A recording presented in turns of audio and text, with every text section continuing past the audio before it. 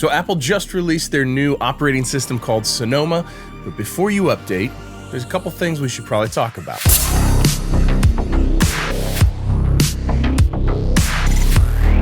Hey everyone, I'm Cole Caparoon. Thank you for stopping by for another video.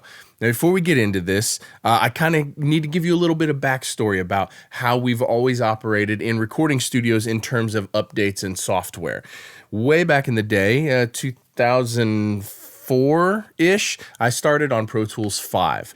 And we were on a Mac G3 back then, and you used to have to find the right combination of operating system and Pro Tools versions, and then you would have to experiment with multiple different combinations to find one that was stable enough to actually use professionally.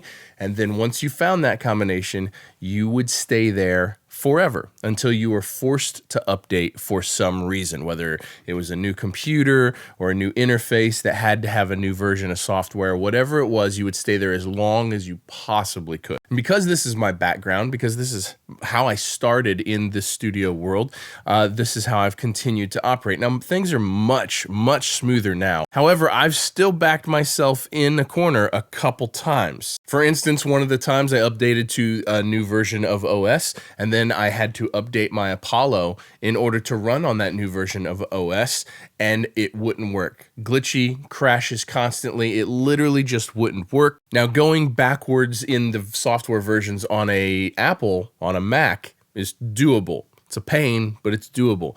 Going backwards in the software versions on a Universal Audio Apollo, not nearly as doable. And so I was literally just screwed for a period of time. So this time around, my friends over at Sweetwater have created an entire article, an entire blog post that is going to update in real time for all of the DAWs and softwares, plugin companies, all of that stuff as they become compatible for Sonoma. I'll drop that link right down below, what I would have given for this to exist back in the day for me.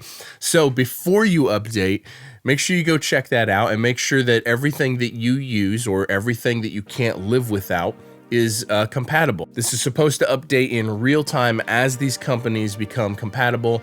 This article will update in real time, so you can just keep coming back and checking it however often you need to until everything that you use is compatible. Now, when we first made the switch to the Apple Silicon, the M1 chips, I made a list of every single plugin and every single piece of software that I could not live without. And that's one of the reasons why it took me well over a year, I think about a year and a half, to finally make the jump from my main studio computer. And even when I did make the jump, there was still stuff that wasn't available. And so before I updated the computer, I had to find replacements for those things that I couldn't live without. And so it was quite a bit of work. Now, I know not everyone is in this situation, but if you have multiple machines, what I would recommend and what I do is update a machine that is not your main studio computer first. So I have a backup laptop that is my original M1 MacBook Pro, the very first one that came out. And that is my backup machine. That's my test machine.